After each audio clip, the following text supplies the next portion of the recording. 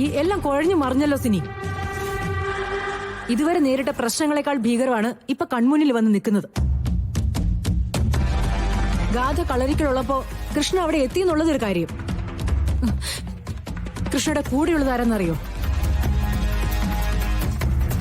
അനിയൻ സാർന്ന് വിളിക്കുന്ന ശ്രീനിവാസ്, ഗാഥമോളുടെ പപ്പ. ശ്രീനിവാസ് ഗാഥയെ കണ്ട പ്രശ്നമാണ്. ശ്രീനിവാസ് ആരാണെന്ന് ഗാഥ തിരിച്ചറിഞ്ഞ അത് അതിലും വലിയ കുഴപ്പാ. ഒരു പരിഹാരം എന്റെ മനസ്സ് തോന്നുന്നില്ലല്ലോ. ഞാൻ കളരിക്കൽ വരെ ഒന്ന് പോവാ. എങ്ങനെയെങ്കിലും ഇതൊന്ന് അവസാനിപ്പിച്ച് കിട്ടിയേ പറ്റൂ. മാം അവിടെ പോയ കാര്യങ്ങൾ കൂടുതൽ കോംപ്ലിക്കേറ്റഡ് ആവേയുള്ളൂ.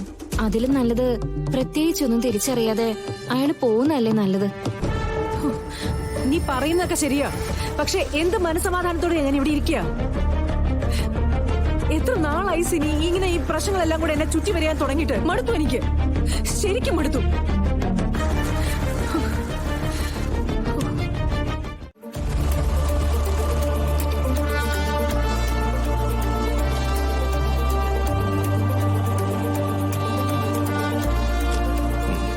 വായിച്ച് ബോധ്യപ്പെടാം.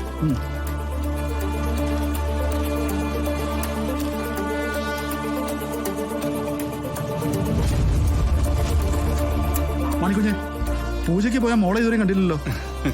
പേടിക്കണ്ട സാർ, ഇവിടുത്തെ നാഗപൂജയിൽ പങ്കെടുക്കുന്നതേ ആയുസ്സുള്ളിടത്തോളം നല്ലതാ. ഈ സാധനം ഇത് എന്തിന്റെ കേടാ? വെറുതെ ഒരു ഓട്ടക്കാരിയെ സെറ്റ് സാരി ഉടുപ്പിച്ചോണ്ട് വരിക, എന്നിട്ട് മോളെ ഒന്ന് വിളിക്കുക. മനുഷ്യന് വിശാല മനസ്കതയാവാം, പക്ഷെ ഇത്രയ്ക്ക് കണ്ട. എന്താ മണിക്കുഞ്ഞെ, എന്തോന്നാ ഈ ആലോചിക്കുന്നേ? അല്ല സാറേ, പൂജയിൽ പങ്കെടുക്കണമെന്ന് സാറിനും ആഗ്രഹം കാണുമല്ലോ. പ്രമാണം സൈൻ ചെയ്ത് കഴിഞ്ഞാ നമുക്ക് അവിടം വരെ ഒന്ന് പോകാമായിരുന്നു. ആ, അത് സന്തോഷമുള്ള കാര്യം തന്നെ. സത്യം പറഞ്ഞാൽ ഞാൻ ഇത്തരം ചടങ്ങുകളിലൊക്കെ പങ്കെടുത്തിട്ട് കുറേ കാലമായി. അത് ഇന്നങ്ങ് തീരട്ടെ. അത് മാത്രല്ല, ഞങ്ങളുടെ കുടുംബവും നാഗാരാധനയിൽ വിശ്വസിക്കുന്നവരാ. ഞങ്ങളുടെ രണ്ടുപേരുടെയും പ്രധാനപ്പെട്ട ദൈവം നാഗദൈവത തന്നെയാ. അപ്പൊ പിന്നെ പ്രശ്നം തീർന്നല്ലോ അല്ലേ സാറേ? രജിസ്ട്രേഷൻ പൂജ ഒന്നിച്ചൊക്കെ നടക്കുമല്ലോ.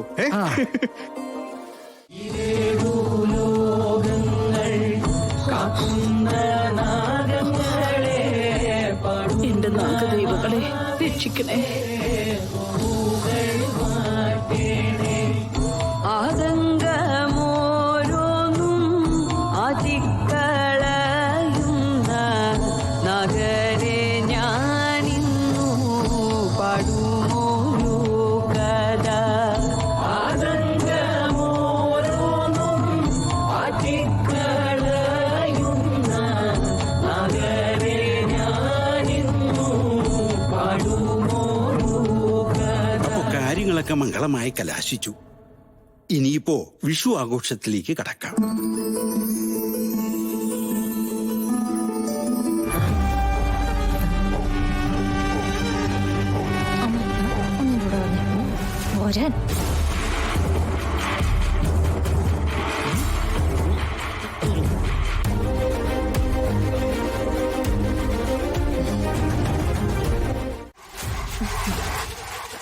പണ്ട് മുതലേ നിങ്ങൾ ഇങ്ങനെ വഴക്കിടുന്ന പതിവൊന്നുമില്ലല്ലോ.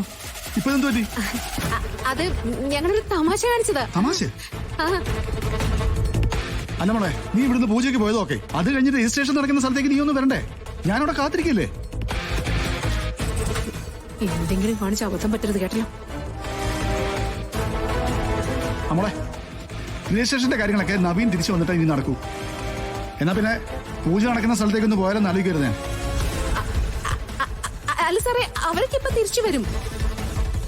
ആയിക്കോട്ടെ, അതിനെന്താ?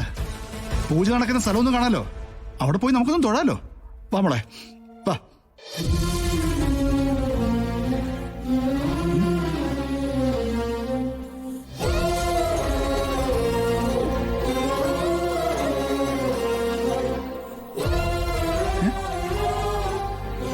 എന്താ മോളെ, എന്തു പറ്റി മോളെ? എന്താ നീ എന്നെങ്ങനെ നോക്കുന്നേ? ഇത് ഒരു പരിചയമില്ലാത്ത ഒരാളെ നോക്കുന്നവരാണല്ലോ. സാറേ, കുറച്ചു നേരമായിട്ട് ഞാനിവിടെ ശ്രദ്ധിച്ചോണ്ടിരിക്കുക. ഈ നാഗദൈവങ്ങളുള്ള സ്ഥലത്തേക്ക് ചെന്നാലേ ഇവളുടെ മുഖം ഇങ്ങനെ തന്നെയല്ലേ ഇരിക്കുക. സാറ് കണ്ടിട്ടില്ലേ? നമ്മുടെ നാഗക്ഷേത്രത്തിലേക്ക് പോകുമ്പോ പെട്ടെന്ന് ഇവളുടെ ഭാവം മാറുന്നതും കണ്ണുകൾ തുറന്നു പിടിച്ചുള്ള നടപ്പൊക്കെ. പറഞ്ഞു നീ എന്റെ മോളെ നാഗത്താനാക്കിക്കോ. ഒന്നും മിണ്ടായിരിക്കും മോളിക്കുട്ടി. അല്ല, ഞാൻ പറഞ്ഞേ ഉള്ളൂ. ആ, രജിസ്ട്രേഷന്റെ ആദ്യ ഘട്ടം കഴിഞ്ഞു. ഞാൻ ഒപ്പിട്ടു. ഇനി നവീൻ ഒപ്പിടണം. ബാക്കി തുകയുടെ ചെക്ക് വാങ്ങിക്കണം. അത്രേ ഉള്ളൂ. അത് കഴിഞ്ഞാൽ നമുക്ക് അങ്ങ് ഇറങ്ങാം. മോക്കൊരു കുറ്റബോധവും വേണ്ട, അവർക്കൊരു അസ്വസ്ഥതയും വേണ്ട. നിന്റെ കൂട്ടുകാരി നിഷ്കളങ്കയാണെന്നല്ലേ പറഞ്ഞേ? എന്നിട്ട് നവീന്റെ കണ്ണിലേക്ക് നോക്കി അവള് നിൽക്കുന്ന നിപ്പ് നീ കണ്ടില്ലേ? എന്നിട്ട് അവള് ത്യാഗത്തിന്റെ കഥ പറയുന്നു. കള്ളി അവള്, പെരും കള്ളി. അവരെ ഒന്ന് കണ്ണി നോക്കിയാലേ കണക്കായി പോയി. വേറെ ആരുമില്ലല്ലോ, ഭാര്യയും ഭർത്താവല്ലേ. ഇത് തന്നെയടി ഞാൻ പറഞ്ഞേ. നീ അവളൊക്കെ കൂടി കരുത്തി കൂട്ടി വന്നിരിക്കുകയാണെന്ന്.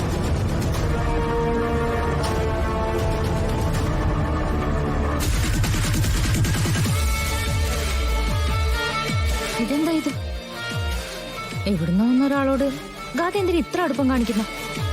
ഇവൾക്ക് അറിയുന്ന ആളായിരിക്കും, അതോ ബന്ധുവോ? അമ്മയെ കൊണ്ടൊന്ന് അന്വേഷിപ്പിക്കണമല്ലോ.